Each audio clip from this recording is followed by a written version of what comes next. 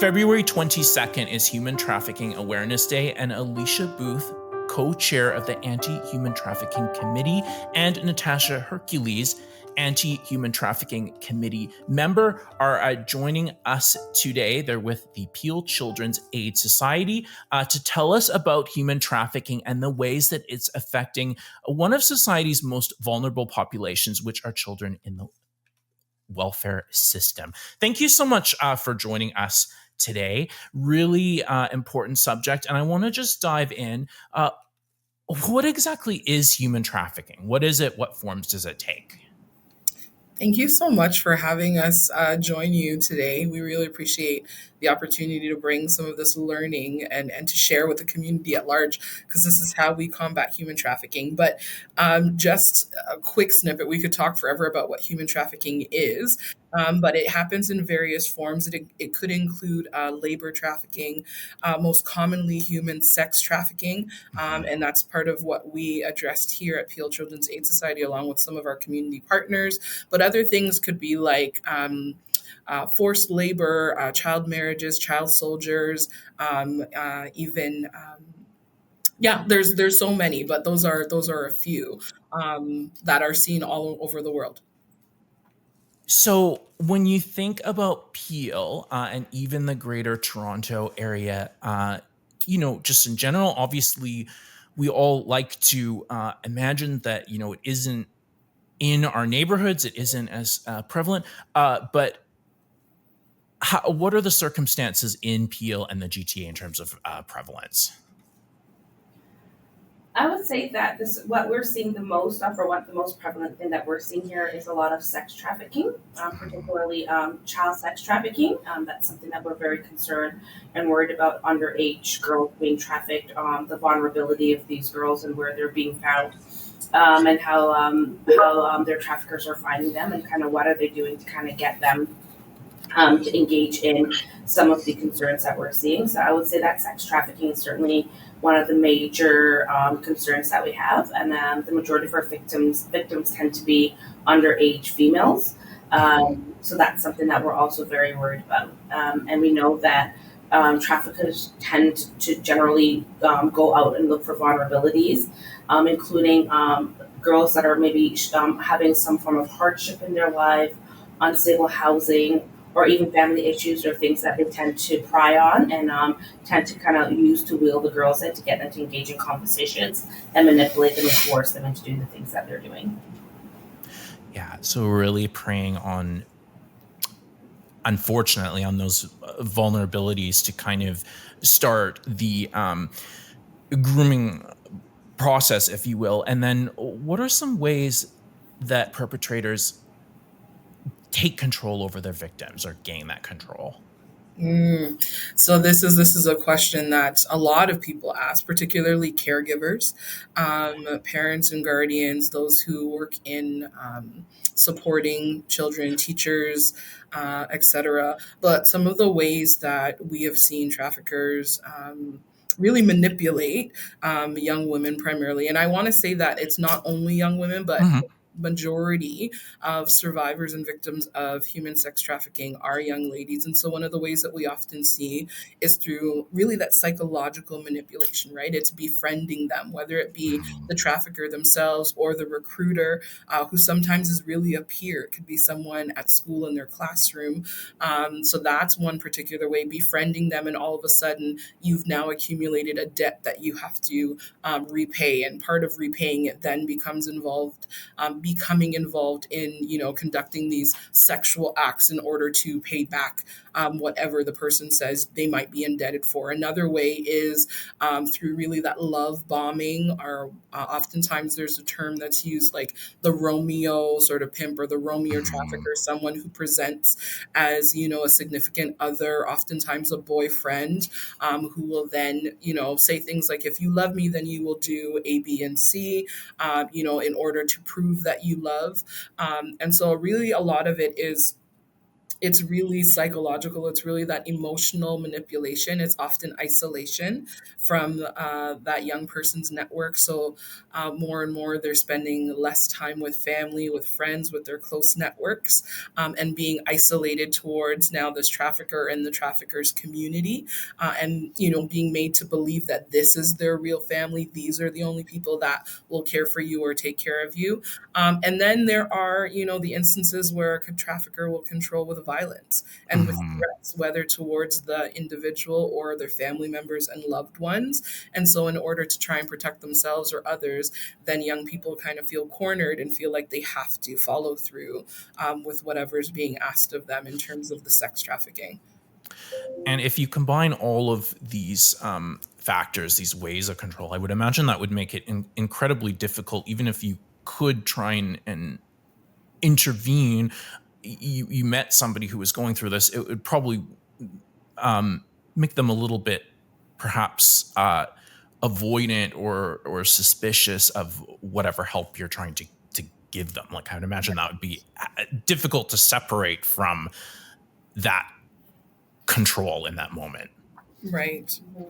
Um, what is happening in Peel to fight human trafficking, and what's Peel Children's Aid Society's role in that?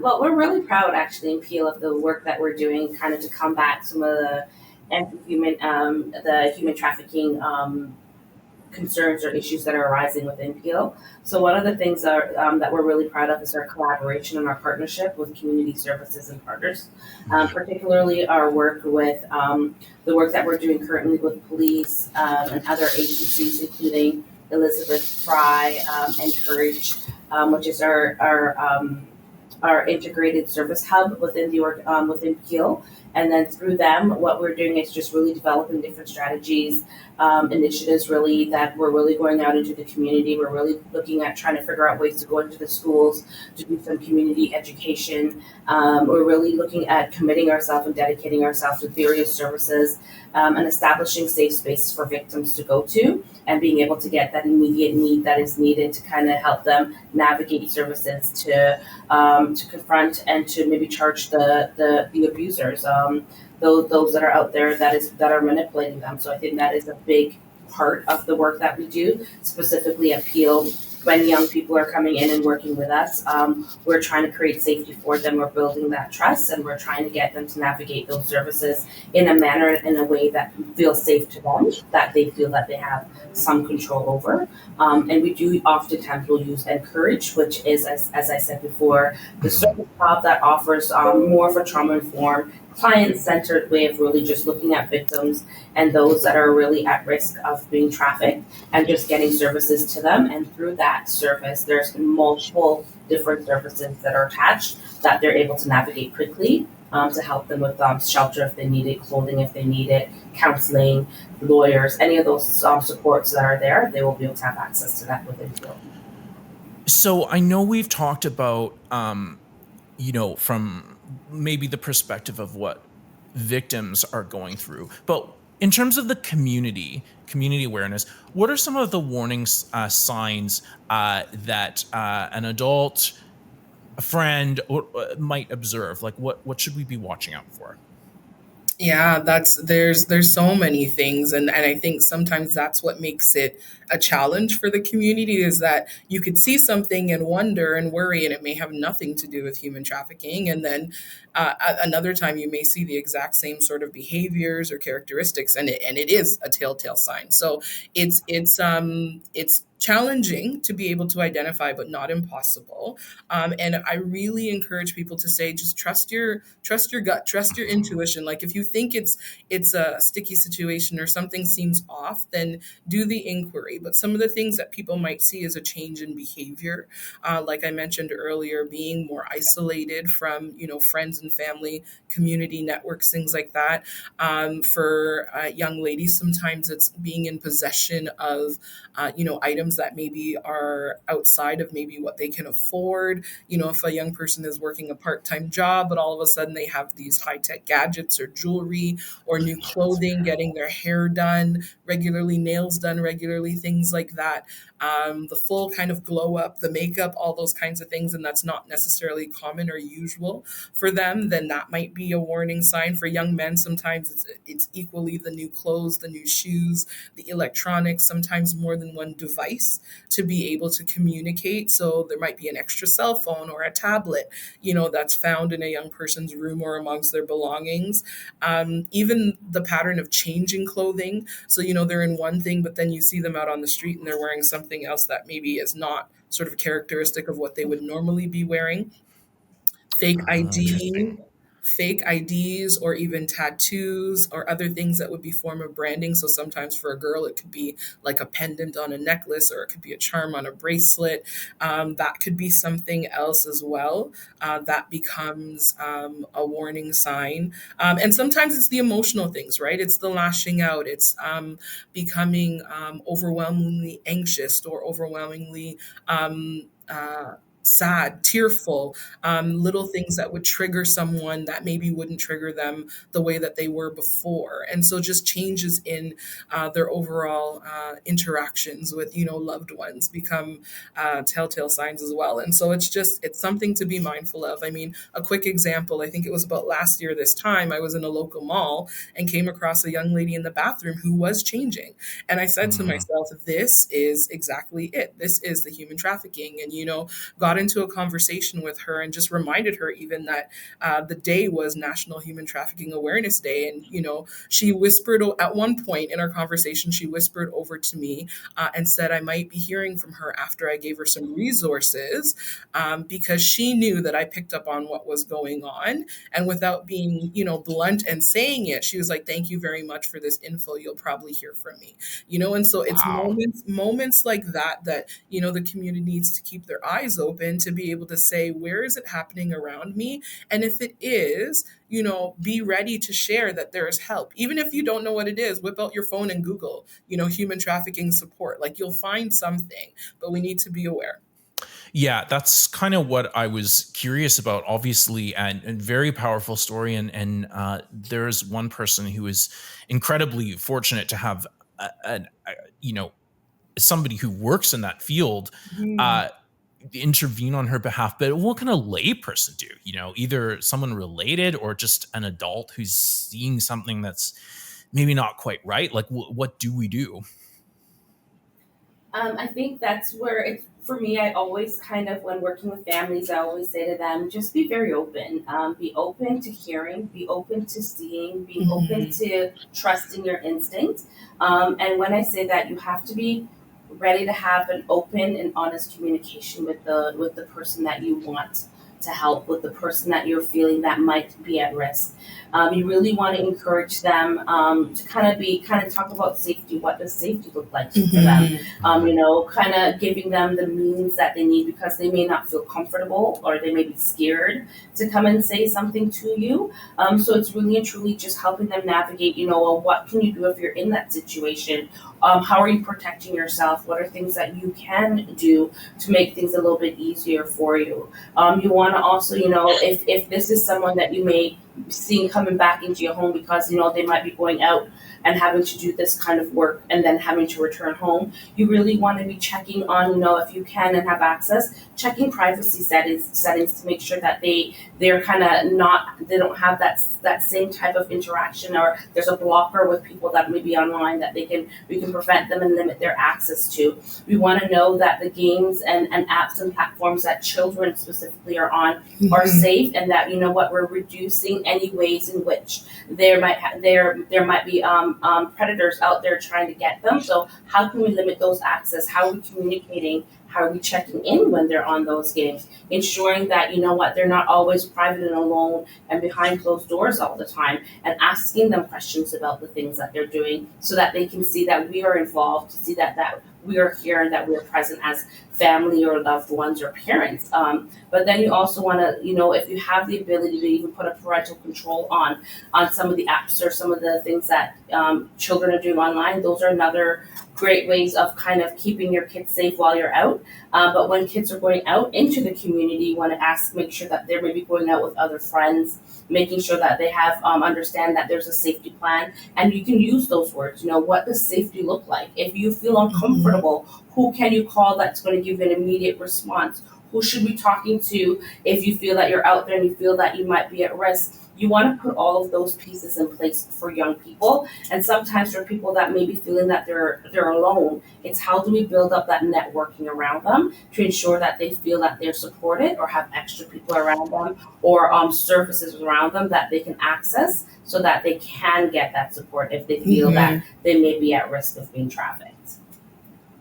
It's something that I've always thought about is really just having a family that's supportive. I know Right. when I faced some cyberbullying, I went straight to my mom and chatted with her and we worked it out. Mhm. But I saw some other kids who, it was kind of like, well, you're grounded, for a month if you're having some conversation you shouldn't be having, whatever. So it's maybe the approach of being like curious rather than Absolutely. blame your kid, right? Would you say just get to know your kid instead of working against them, maybe? Absolutely, absolutely. I think, one of the things when we've been even training staff amongst our agency, we talk about relationship over sort of that compliance. Not that you ignore compliance and that rules are not important, but when you have relationship with those young people, like you said, when you have that open door and they know that you become that trustworthy adult, that ally in their life, then they're more willing to follow through with some of the consequences, maybe when those come.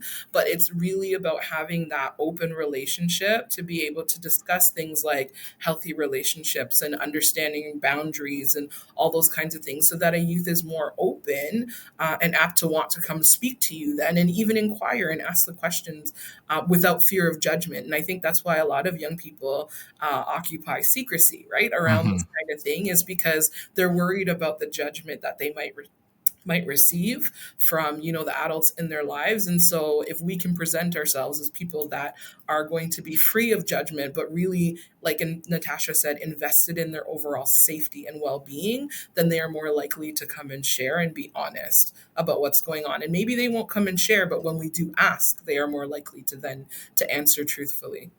Thank you. That's really important to keep in mind. Yeah. So Peel Children's Aid Society is going to be hosting an event on. Actually, by the time you listen to this episode, it will have been hosted because it's February 19th, I believe. Mhm. Can you talk a little bit about the event? Who is going to be joining you, and who's it open to? What are we going to be learning about at the event? Yeah, absolutely. So the event will be a very special event. We're going to be screening the documentary Dark Highway that was actually created by a filmmaker who was local to the GTA but currently lives outside of the GTA right now. And so we're going to be filming that documentary for staff to be able to see. And it's really like what we were talking about earlier, the firsthand experience of the layperson, the person that's in the grocery store with you or at the bank, right? Like their perspective on understanding what human trafficking is from the perspective of those with lived experience and those doing the work. It includes all kinds of things from community-based organizations doing some of the work to people in the cybersecurity world sharing about how they try and locate these traffickers and bring them to justice and the legal system. But as well, it's the firsthand accounts of survivors and their experiences and what they wish the community had done, not just service providers but Mhm. anybody in the community, and what they would want the community to know and understand about human trafficking. It's a really powerful documentary. And then we also have an opportunity to hear from the CEO and founder of Courage for Freedom, who will be doing a training session with staff. And we have multiple people from different sectors that are going to be joining us on that particular day for the event. And so it's really about getting that knowledge message out to not just child welfare, but law enforcement, social services, the schools, whoever can be there to be able to hear, so that we continue to be a united front in combating anti-human trafficking. Um, what sort of similar information sessions can the public take advantage of in the future? People who are interested in this topic or maybe don't know as much as they should. What should people be doing to kind of learn a little more behind the scenes? Yeah, so if I can just start that out, and then maybe Natasha can add any other thoughts. Yes, But of course. specifically, people living in Peel region, we do have the Peel Human Trafficking Service Providers Committee that's made up of over 40 different service providers. And she did speak about Encourage, which is the anti human trafficking service hub, reaching out to those organizations to be able to say, can someone speak to us? Can someone do like a community education event? Can we have a meeting? Those people are more than welcome to bring that knowledge into different spaces in the community. The other thing that anybody can do across Canada is contact the Canadian Human Trafficking Hotline. There is a number. It is 1-833-900-1010. But there's also a website, and that website is filled with resources on anti-human trafficking from coast to coast. And so wherever you are in Canada, you can find local service providers, information people that you can connect with to learn and grow your knowledge about combating anti-human trafficking.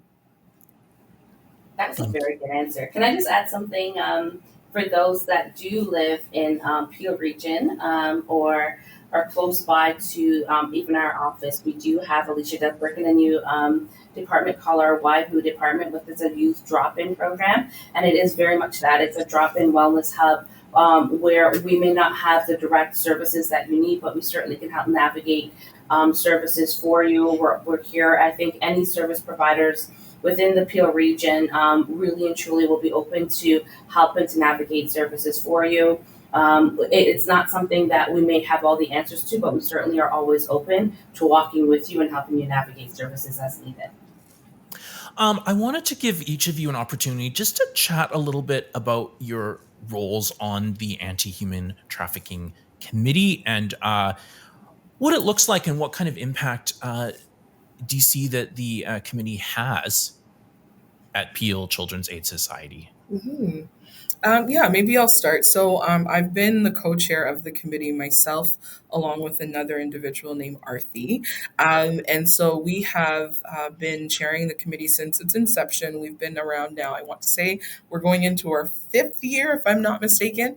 And so really it just started with a desire to bring awareness to Peel CAS staff specifically around the issue of anti-human trafficking and where it might be located in the work that we do, because sometimes it can look like something else. It can look like parent-teen conflict. Mhm. It can look like, a youth just not wanting to, connect with parents. But however, when we dig a little deeper, we find out that there may actually be components of sex trafficking that's happening in that work. And so we really just wanted to raise awareness. And from there, we started reaching out to different specializations across our agency. And so we have representation from, frontline intake workers to those working with families long term to those involved with immigration related services, nurses, CYWs, those who work in foster homes. And so we have quite a few different areas, service areas represented on the committee. And so we started with internal education. We curated a training that almost all of our service staff have been a part of. And then we began taking that training beyond to foster parents and caregivers.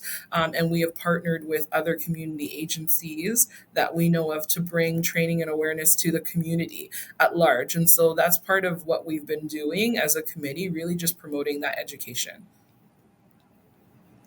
And I'm one of those members on that committee. So I sit on the committee as a member, and I represent the 16 plus youth group that sits on that committee in regards to what information do we bring, what do we share, what are some of the experiences that we have to offer, and then we share that with the group, and then the group also gives us feedback in regards to some of the concerns or cases that we have that we're dealing with, and how to navigate services to better support the young people that we are working with.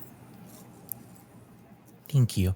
Alicia, you're also a member of the Peel Human Trafficking Service Providers Committee on the Ontario Provincial Child Welfare Human Trafficking Roundtable. What does that committee do?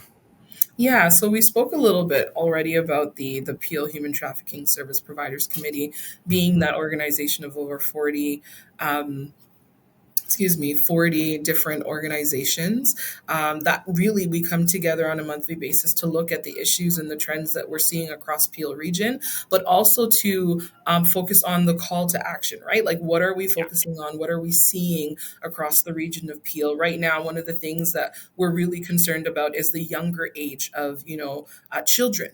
And I say children specifically because they're no longer youth. We're talking under the age of 11 and even younger, and when we see that that age group is being lured and groomed into trafficking as a region, as a response, we need to pay attention and mobilize around what that issue is. And so that's one of the things that the table is working on right now. And then from the provincial side of things, we recognize that human trafficking it's not segregated and isolated to each region. And so we recognize that even along the 400 series of highways, trafficking happens at almost every sort of rest stop that there is along the 400 series highways. And so knowing that as child welfare professionals across the province, we get together and we discuss, what are we seeing? What are some of the trends that we're seeing across the province? If a young person moves from my region to the next region, we should be able to have a contact in multiple regions to be able to streamline how we are servicing that young person, so that there's continuity around the help and the safety planning that they receive, along with so many other things, and making sure that we share resources. But those are some of the main things that these tables do and look at. I really appreciate learning so much more about this subject, and for you two taking the time. I'm just really curious, do you have any advice for kids who are seeing something maybe not quite right with one of their friends? What would you tell a child to do? Keep talking, be open, don't be afraid to share.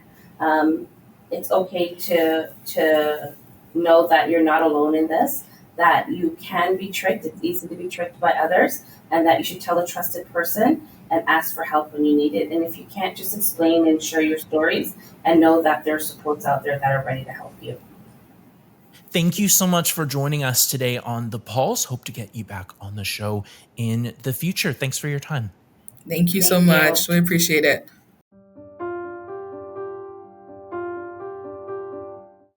I'd like to thank Alicia and Natasha for joining us on The Pulse today. As a reminder, if you or anyone you know is a victim of human trafficking, you can contact the Human Trafficking Hotline at 1-833-900-1010. I'm Grant Hardy. Thanks for joining me on The Pulse.